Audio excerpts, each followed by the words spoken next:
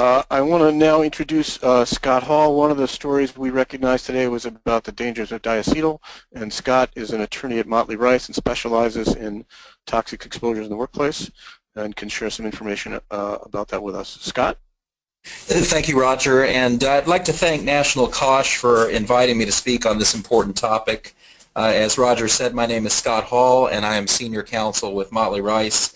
Motley Rice has represented workers injured by occupational disease, including lung disease, for more than 30 years. And I personally have spent the last 12 years advocating for food flavoring workers who have been injured by exposure to flavoring chemicals.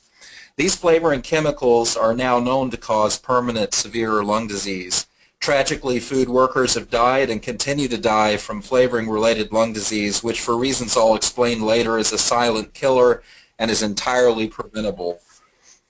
In about 2000, 8 workers in a small microwave popcorn plant in Jasper, Missouri were diagnosed with a rare lung disease known as bronchiolitis obliterans.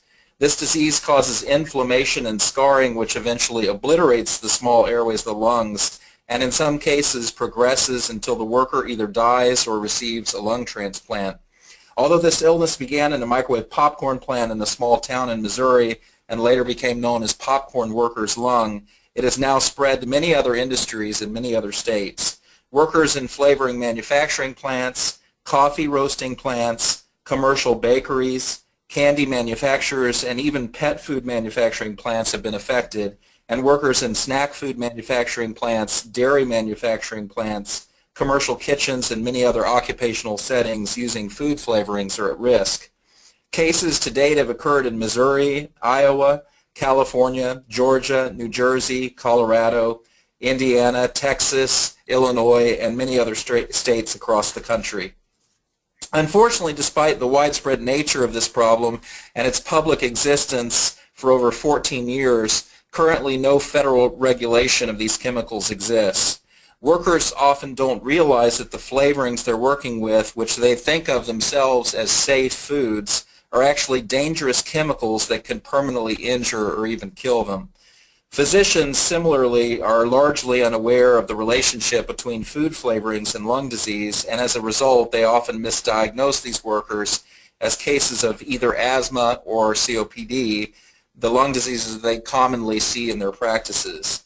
Accepting this diagnosis by their personal physician, the workers then wrongly believe that their work exposures played no part in the cause of their lung disease. It's this lack of knowledge and education that makes the work that National COSH and the local COSH groups do so vital to recognizing and preventing these kinds of occupational injuries and deaths. There's a great need to educate workers and the medical community regarding the facts about flavoring-related lung disease. Many in the food flavoring industry have known of these dangers regarding the flavorings that they create long before this problem became public in the early 2000s. And this industry has a responsibility to ensure that downstream users are fully aware of these dangers so that their workers can be protected. In closing, I'd like to again thank National COSH for helping to create awareness of this important work and the worker health and safety issue, and for inviting me to help bring awareness to this issue today. So thanks so much.